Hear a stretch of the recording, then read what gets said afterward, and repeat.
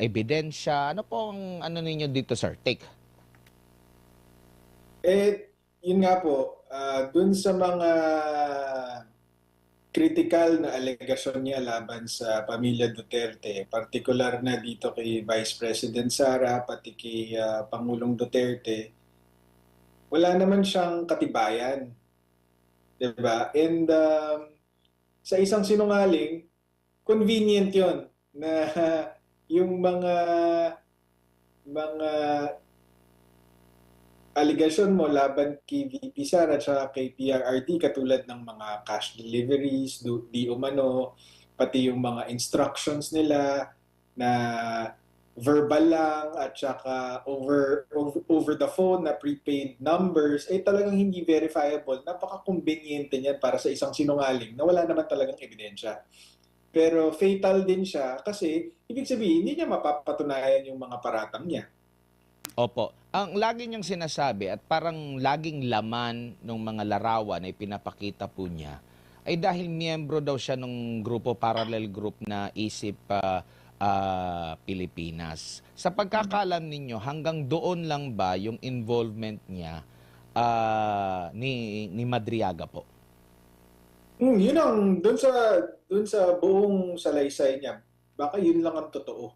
Yung na siya yung bumuo ng Easy Pilipinas. Pero alam mo, itong Easy Pilipinas kasi parallel support group ito, Admare, na ang ibig sabihin ng parallel support group, volunteer group ito na walang opisyal na kaugnayan doon sa kandidato. Kumbaga, nagkusang loob lang tong mga individual na to, bumuo sila ng grupo para magtulungan para suportahan ang kandidatura ni VP Sara. So wala silang official na ugnayan, kundi volunteer sila. Ngayon, so totoo na binuo niya yung grupo na yon. Ang hindi totoo is yung paratang niya na si VP Sara daw ang nag-utos sa kanya na buuin yon. Tapos nga itong sa supplemental affidavit, biglang napasok na rin si Pangulong Duterte doon sa equation na kesyo pinondohan ba yung Easy Pilipinas ni PRRD at ni VP Sara. Hindi po totoo yun kasi hindi nga po kilala ni VP Sara itong si Ramil Madriaga.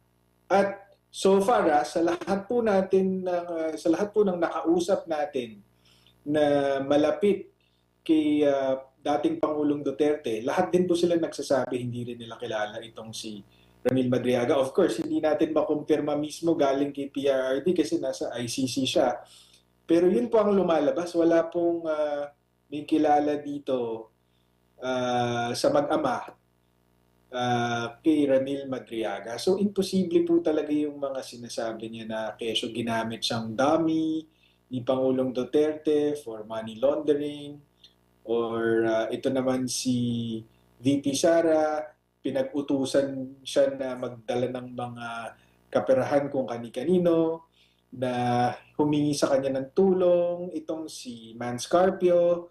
And by the way, hindi lang isinasa publiko ito pero na-inform kami ng Office of the City Prosecutor of Taguig na nag-file din ng separate perjury case si Attorney Man Scarpio dito kay Ramil Madriaga doon sa mga alegasyon na dinadawit siya. Opo, no? Kasi larawan lang yung ano kumbaga doon pa nga sa explanation din na si Attorney Kilala ang kakilala ni BP Sara sa isip na siya pala ang inimbita sa inauguration at hindi itong si Madriaga, pero si Madriaga ay siyang ipinadala ni Kilala bilang proxy kasi nga mayroon siyang lakad. Kaya nandoon siya, present siya doon na nakabarong at during sa inauguration ay nakabigyan siya ng chance na makapagpa-picture, attorney, which is yun ang kanyang ginamit na basihan na close. Ganyan sila ka-close. Ay, masyado malayo. Ganyan sila ka-close daw ni BP Sara. Yun nga po na-explain mo naman. Yun ang napatunayan natin doon sa perjury complaint. Meron tayong testimonya mula kay Attorney Ryan Kilala at pati na ebidensya by way of invitation mula sa inauguration team para kay Attorney Ryan Kilala na mag-attend ng inauguration bilang kinatawan ng EC Pilipinas. Tapos,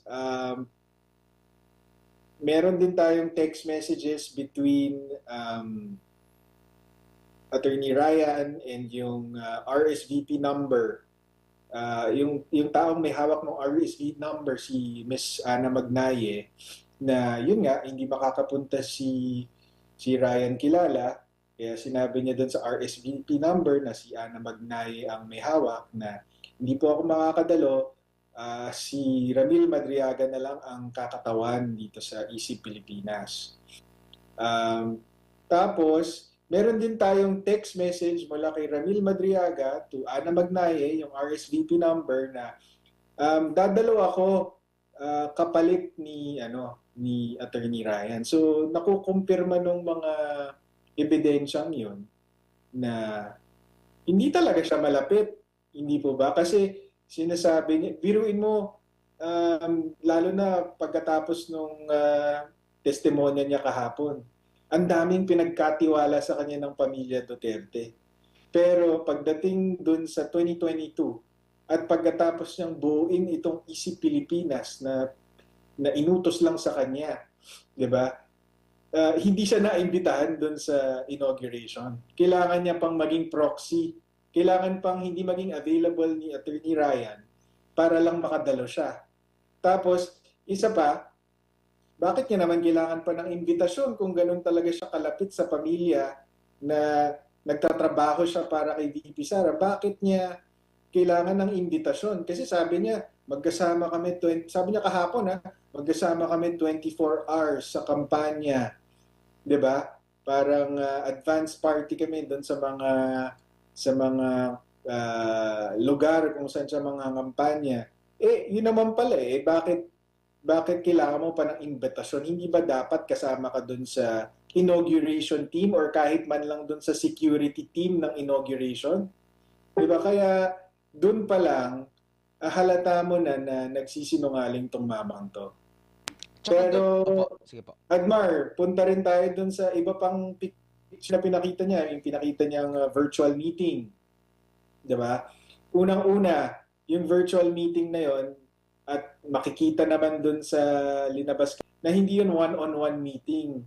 Maramihan yon. Yung unang pinakita niyang virtual meeting, EC Pilipinas meeting yon with VP Sara. At ang mahalaga doon is si Attorney Ryan Kilala din ang nag-facilitate or nag-organize nung unang meeting na yon noong October or November 2021 with VP Sara. Si Attorney Ryan ang nag-text kay VP Sara at nag-request na paunlakan sila na mag-attend siya ng virtual meeting with EC Pilipinas. So, bakit importante yon? Kasi pinapatunayan nun na hindi talaga kilala ni Ramil Madriaga si VP Sara dahil kung oo, hindi niya kailangan dumaan kay Attorney Ryan para magkaroon ng virtual meeting with VP Sara. Pero ang nangyari po, ang testimonya at ang pinapakita ng ebidensya natin via text message is ang pinakiusapan ni Ramil Madriaga si Attorney Ryan Kilala na mag-request ng virtual meeting with VP Sara. Kasi may pandemya.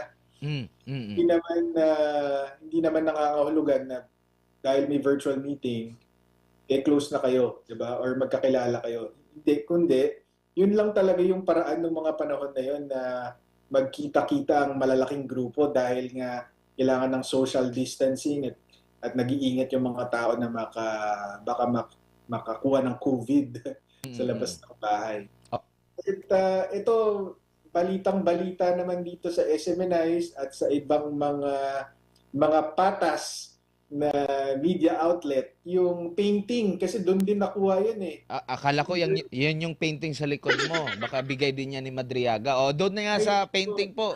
Yun nga sana yung sunod ko na tanong po. Kanino ba talaga yung painting? Pwede ba natin maipakita yung painting? Pero ito, sagot naman ng may-ari.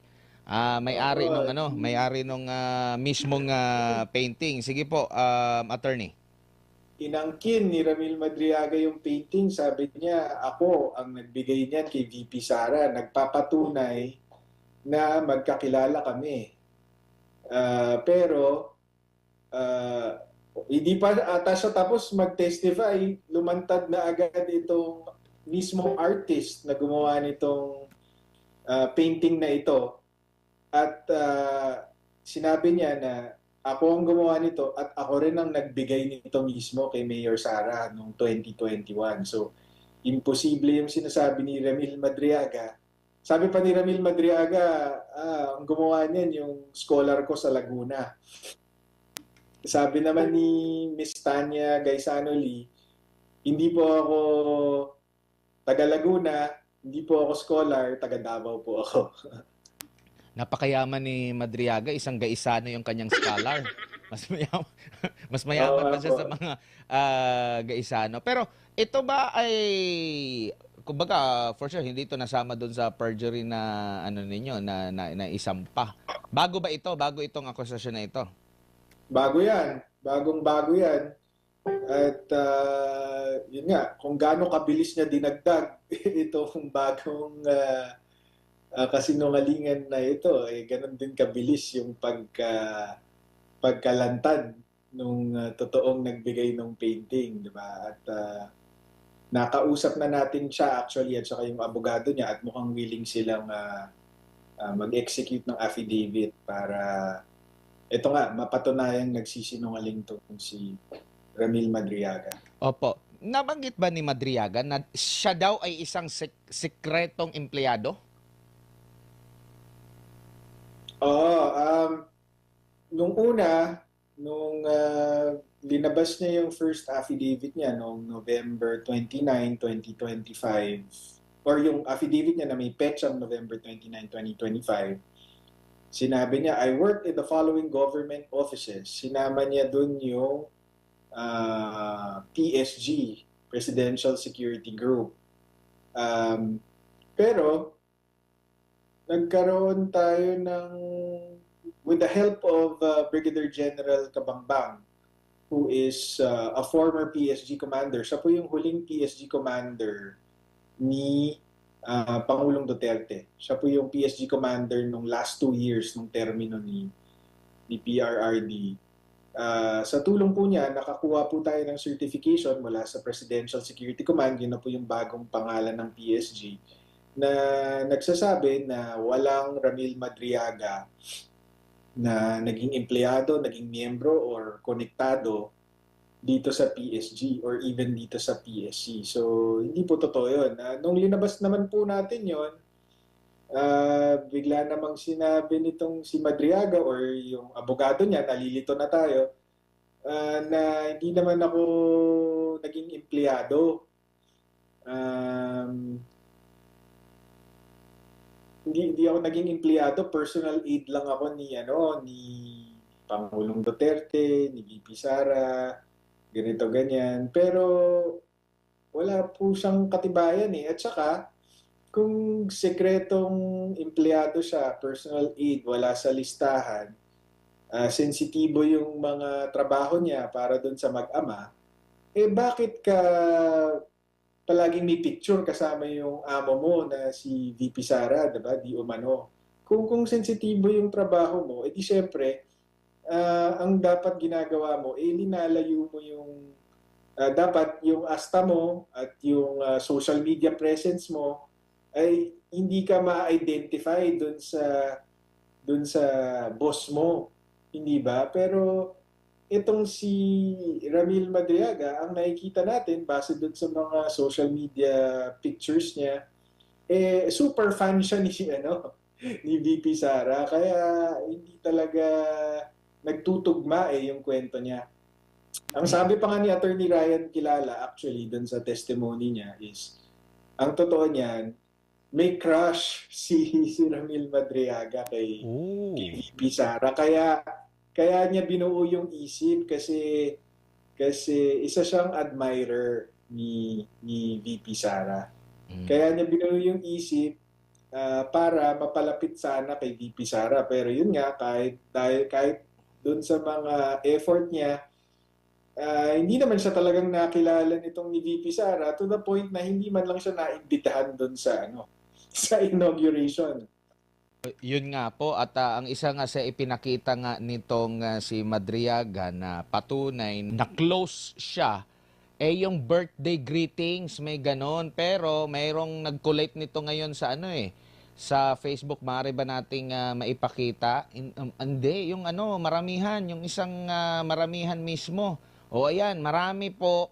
May nag-collate niyan kasi noong pandemic, mahilig si VP na magpadala ng greetings. Ang sabi ko naman, kung ikaw ay close sa isang individual at babati sa iyo, ilalagay ka ba sa bond paper talaga na ganyan talaga yung mo, ipapakita yung pangalan mo? Di po ba, attorney?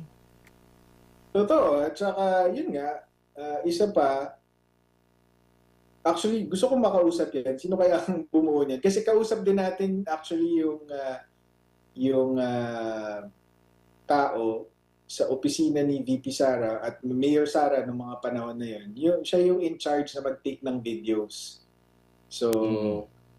handa po siyang ibigay din sa atin itong mga videos. So, kaya nagtataka tayo ba't biglang nasa public itong mga ito. But anyway, Pero ano yan same. parang marami yan sa naka-online dati. Panahon pa kasi yun ng pandemya. And alam niyo naman po, tumatakbo rin po si VP Sara during that time ng pagka presidente. So naging part yan, yung pagbibigay din po ng greetings hanggang sa umabot pa sa punto na pati yung mga ibang mga nagpapagreet, nilabas na rin po nila yung kopya. Pero next ko po na tanong po, attorney, given dito sa mga mabibigat na mga allegation, meron pong mga lumabas din na impormasyon na wala daw kopya ang Pangalawang Pangulo sa recent or obligado ba sila ang komite na magbigay ng kopya ng affidavit ni Madriaga pag lumabas dyan po sa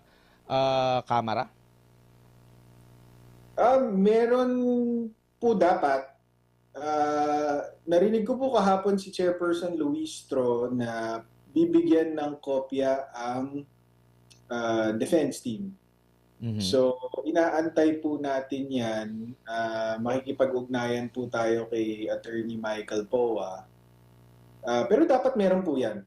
Mm-mm. Admar, balikan ko lang kasi related tong mga topics na to. Itong birthday greeting, pati yung sinabi kung sikretong empleyado ka, Sige di po. ba? Oh. Tingnan mo tong birthday greeting na to. Same principle. Kung secret, tawagin na nating secret agent. Kung secret agent ka ni VP Sara, bakit ka magpapabati ng ganyan? 'Di ba? Tapos, yung kahapon, sa supplemental affidavit niya, yung binasa niya, sinabi niya, 'di ba, sinabi niya na nag-deliver siya ng mga pera in duffel bags gamit ang mga sasakyan. Tapos, pinakita niya pa yung gamit niyang sasakyan. Hindi ba? Parang meron siyang pinakita kahapon na parang blue na sasakyan, parang pick-up ba yun or parang 4x4 SUV type na sasakyan. Mm. Ang masaklap, yun daw yung ginagamit niya pang deliver ng kotse pero may sticker ni Sara Duterte dun sa magkabilang side ng sasakyan. So, you mean to tell me, di ba, nagdi-deliver ka ng confidential funds di umano, dapat sikreto yan, pero ang panghatid mo, sasakyan na may Sara Duterte sticker sa magkabilang side. Hindi ba katawa-tawa yun, Admar? Yun nga po, no? Parang meron pa lang sinabi ang no? Meron pa lang sinabi ang Korte Suprema, attorney. Nakuha ko lang tong idea na ito. For sure nabasa mo na rin siguro ito. Yung naging pahayag kasi gusto sanang mag-question din ata ni Congressman Marcoleta kung di ako nagkakamali. Diyan po sa kay Madriaga po, no? Pero parang hindi siya pwede kasi kung kukwestiyonin siya, doon na daw dapat yan sa trial sa Senado, pwede, no? Pero meron akong nabasa dito. Ang sabi daw ng Supreme Court, At maaari nyo ring ma-explain po, no, sa pagkakaintindi nyo po, attorney. Sabi dito pala ng Supreme Court, sinearch ko rin ito, sinabi talaga ng Supreme Court, evidence to be believed must not only proceed from the mouth of a credible witness, but it must be credible in itself in conformity with common experience and observation of mankind. Sabi ng Supreme Court Correct. attorney. Correct. So, dapat may lohika dun sa, or yung pinakasimple is dapat kapani-paniwala yung paratang niya. Itong mga, yun nga, naghahatid siya ng pera, confidential funds, milyon-milyon, dapat sikreto, pero merong sticker ni Sara Duterte dun sa sasakyan niya, hindi ka panipaniwala. Kahit lang yung pinagkatiwalaan ka ng Pangulo ng Pilipinas at ng ikalawang Pangulo na bigyan sila ng proteksyon at mag-gather ng intelligence para sa kanila. Kahit na meron kang criminal record, kahit na nakulong ka na noon for kidnapping for ransom, kahit na binansagan ka ng PNP as top 5 most wanted kidnapper, sa kabila naman nito, ang daming PSG, daming VP-SPG na handang magserbisyo para sa Pangulo at sa ikalawang Pangulo. Bakit nila sa iyo ipagkakatiwala? 2016 pa, parang 'di ba, ang sabi niya 2016 pa siya unang nagsilbi. Ang daming mga kakilala ng mga Duterte before pa, kaya yun nga yung mga na nabigyan ng trust ng dating Pangulo at ng kasalukuyan, kasi yun yung napagkatiwalaan. Before pa nung 2016, maraming mga kakilala po. So, masyadong ang latest lang itong 2016, tapos ganun ang klase ng trabahong ibinigay agad sa kanya, attorney. Saka, yun nga, yung PSG kasi, yung PSG commanders ni PRRD, hindi siya kilala eh. Ang sabi niya, formally assigned daw siya sa PSG. So, wala talaga eh. Yung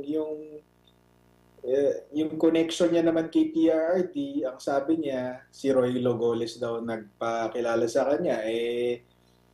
Matagal na pong patay si Roy Logoles. Hindi na po natin siya matatanong. Si PRRD naman nasa ICC. So, hindi niya mapapatunayan na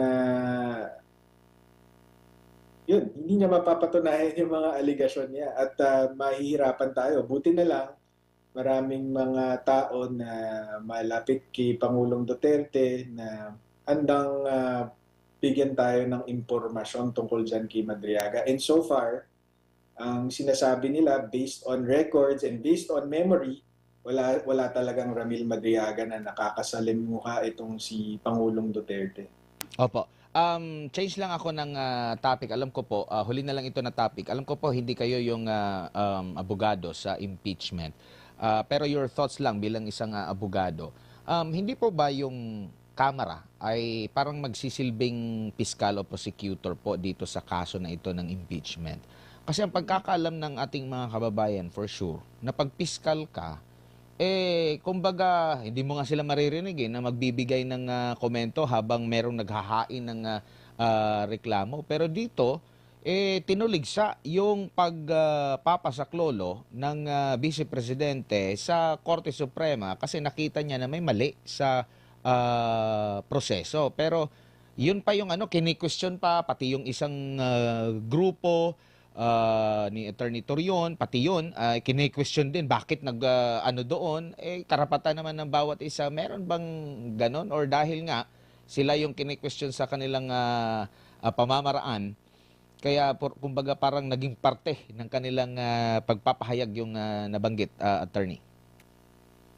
Karapatan naman ng kahit sinong tao na tumakbo or humingi ng saklolo sa korte kapag inaabuso yung karapatan nila. So, wala tayong nakikitang problema doon. Ginalang naman kahit na meron silang objection doon sa jurisdiction ng House Justice Committee or ng Kongreso. nakita naman natin na nag-attend si Attorney Michael Poa kasi walang nakuhang TRO. So wala naman tayong nakikitang masama doon. Ang nakita kong masama kahapon is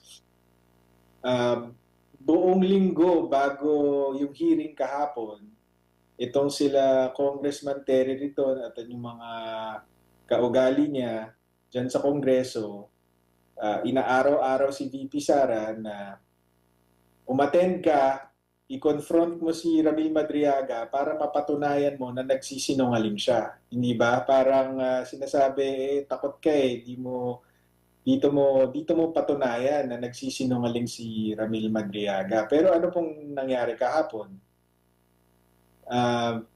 Pati yung mga miyembro ng House Justice Committee na gustong sukatin itong kredibilidad ni Ramil Madriaga, hindi rin pinayagan mag-probing questions. So, wala palang punto yung pagpunta ni VP Sara kung sakali. Kasi hindi naman pala niya matatanong itong si Ramil Madriaga ng mga tanong na magpapatunay na nagsisinungaling siya kasi bawal mag-probing eh. Hindi ka pwedeng lumabas dun sa affidavit. Pero ang katawa-tawa dun, ang mas nakakatawa pa, bukod dun sa nasabi ko is napaka-stricto ni Chairperson Luistro kahapon na wag payagan yung mga miyembro ng probing questions kasi daw dapat i-confine daw nila yung sarili nila doon lang sa impeachment complaint at yung mga naka-attach na mga dokumento. Pero bawal mag-probing questions pero inallow naman nilang mag-submit itong si Ramil Madriaga ng supplemental affidavit na hindi naman kasama sa impeachment complaint at mas mahaba pa yung supplemental affidavit niya doon sa original affidavit niya. Kaya kita mo naman na wala, naglolokohan lang sila dyan sa Kongreso.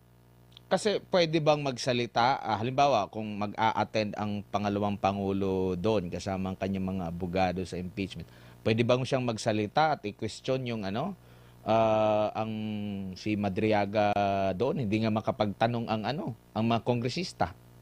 Hindi, yun nga yung punto. Di ba? Parang sinubukan nilang ipahiya si VP Sara kasi alam nilang hindi dadalo para komprontahin itong si Ramil Madriaga. Tinawag na duwag, tinawag na challenge na pumunta ka dito para mapatunayan mo mismo na nagsisinungaling si Madriaga. Pero yung pala, hindi naman pala pwede. Ang ginawa nilang drama is bawat na pagkakataon na meron, di ba? Kunyari, tatanungin ni Chairperson Luistro, dumating na ba si VP Sara? Binibigyan natin siya ng pagkakataon. Kahit alam naman niyang hindi talaga dadalo si VP Sara, di ba? So, nagmoro-moro sila doon. Pero mabuti na lang, at least sa aking pananaw, no, ang karamihan ng Pilipino hindi na naniniwala sa kanila. Tsaka, laging ipinapakita yung bakanteng lugar. Nandun Oo, yung oo. pangalan na sabi ko, alam naman siguro nila na, kumbaga, meron na ngang side si kumbaga para sa kanya na kung sapat na, edi ipausad ninyo, bakit kailangan pa na magtagal. Pero balikan ko lang yung nabanggit ni Congresswoman Luistro. Sabi niya rito, kung walang kasalanan, simple lang, magpakita, sumagot. Yan yung naging pahayag. Pero nakita ko sa mga memes ngayon sa social media, yung pagtago ng kanyang asawa na inakusahan ng kasong panggagahasa, bumalik sa kanila. Ang dami pong parang nag-ricochet yung lahat ng mga sinasabi po nila against kay BP, sila po yung nababalikan po, attorney. Nakakatawa naman yung mga balik na yun kay Chairperson Luistro, pero hindi naman yun relevant dito sa usapin ng impeachment. Ang nakikita ko dito, and opinion ko lang to dahil hindi naman po tayo sumama doon sa mga petitioners sa Supreme Court na kini-question tong jurisdiction ng House Justice Committee.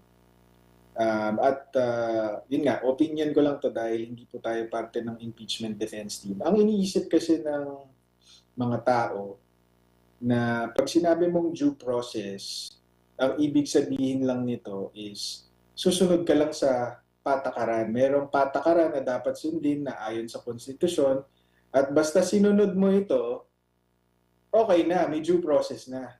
Yun ang sinasabi nila eh, di ba? Admar, yung first impeachment complaint kasi hindi naman yun dumaan sa House Justice Committee, di ba? Parang nag two-thirds vote sila kaya dumiretso sa Senate. Yun ang nangyari the last time, di ba? Pero anong sabi ng Supreme Court, hindi kayo sumunod sa due process. Dapat binigyan nyo ng pagkakataon si VP Sara na sumagot or sagutin yung reklamo laban sa kanya. Yun yung isa sa mga ruling ng Supreme Court doon sa unang impeachment complaint noong 2025. So ngayon na nagkakaroon sila ng hearing dyan sa House Justice Committee at yun nga, binigyan nila ng pagkakataon sumagot si VP Sara, akala nila na complied na sila sa due process. Kasi sabi nila, sabi ng Supreme Court, bigyan ka namin ng pagkakataon. Ito na nga, binibigyan ka na ng pagkakataon. Ikaw ang humingi niyan, tapos ayaw mo pa rin magpakita dito. Yun ang sinasabi nila, di ba, Admar? Alam mo anong sagot dyan? Ang due process kasi hindi yan simpleng pag-follow ng procedural rules. Hindi yung porke binigyan mo ng pagkakataon yung isang tao na sagutin yung reklamo laban sa kanya, ibig sabihin, may due process na. Kaya may due process, kasi because of fair play. Kailangan hindi lang sumunod sa tamang proseso, kundi kailangan may fair or patas na oportunidad. Hindi yung kumbaga parang paper compliance lang na sumunod kami sa procedure eh. So, may due process. Hindi. Ang sinasabi ng due process, kailangan patas. Bakit hindi patas? Isipin mo, itong mga miyembro ng House Justice Committee, ang obligasyon nila is alamin or suriin sa pamagitan ng mga hearings na to, kung may sapat na ebidensya laban kay VP Sara para iakyat itong articles of impeachment sa Senado. Pero ano pong nakita natin? Bago pa man magsimula yung House Justice Committee hearings, nag-posing na po si Congressman Percy, Congressman Chel, Congresswoman Laila De Lima ng Mary Grace Piatos. 'Di ba ho? So ano pong fairness ang inaasahan nyo dito sa mga kongresistang ito? Hindi ba ho? Tapos sila Congressman Redon, dun sa mga pahayag nila at dun sa mga statement nila, sinasabi nila, lalabas namin lahat ng baho mo, 'di ba? Pumunta ka dito, wag kang duwag. Yan ba ang fairness? Clearly hindi fair, clearly prejudge, clearly pagtutulungan siya doon kung pumunta siya. So hindi siya yung due process na minamandato ng konstitusyon kasi hindi fair yung proseso. Opo, meron lang ako nakita ngayon dito sa social media mula sa post ng isang kilalang film and TV writer, siguro kilala mo rin ito, si Suzette Doctolerong. Sabi niya rito sa kanyang post, special daw pala si Madriaga. Advisor ni Digong sa madaling araw, bagman sa umaga, tagahawak ng flag sa tanghali, dami bank deposit holder after lunch, civilian officer sa hapon, assassin at coup plotter tuwing sunset at kidnapper sa gabi, nagtuturo pa yan, nakikipag-zoom meeting, tagapagligtas ni Mans, at gumagawa pa ng long letter na tila nobela. So kumbaga ang dami niyang kiniklaim.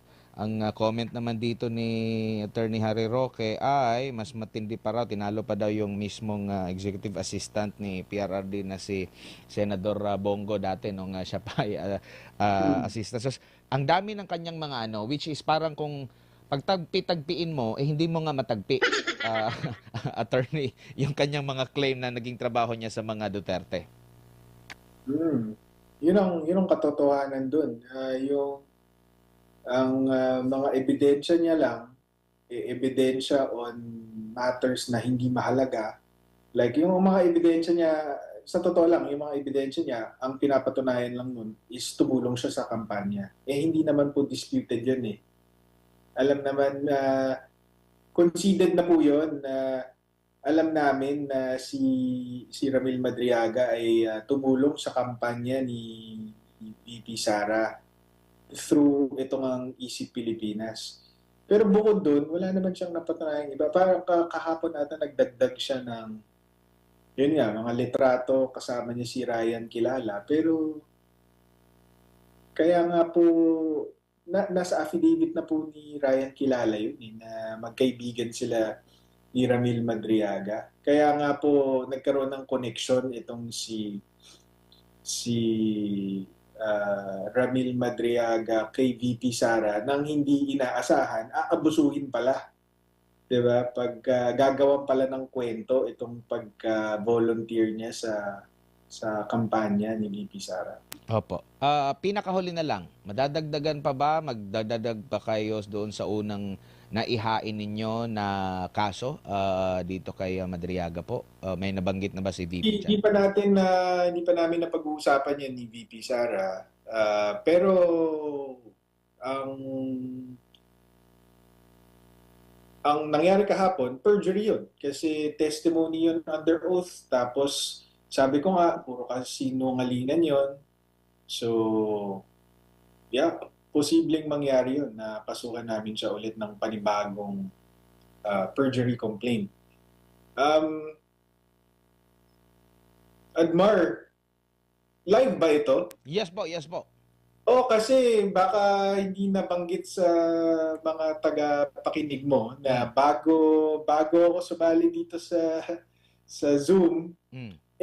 nag-announce po si Claire Castro na sabi ni BBM na wala siyang kaalaman dito sa term sharing agreement Yun na nga rin. sinasabi ni Ramil Madriaga at Me- saka meron pang sinabi si Senadora Amy kanina, nag-timeline din siya sa kung paano nila sinuyo, paano nabuo itong tandem ng BBM and VP Sara. Nag-declare, nag-ano din siya, ipinaliwanag niya, and at the same time, yun nga, ang Pangulo or sa panig ng Malacanang sinabing wala namang napagkasundo ang ganon. So doon sa mga testimonyang ganon, patunay na nagsisinungaling si Madriaga. So sana yung mga hindi naniniwala noon sa akin na talagang gusto namin mag-testify si Madriaga dahil mahuli siya sa sarili niyang bibig, hindi siya kailangan kumprontahin ni VP Sara para patunayang sinungaling siya. Sana naniniwala na kayo sa akin kasi nangyari exactly kung anong sinabi natin.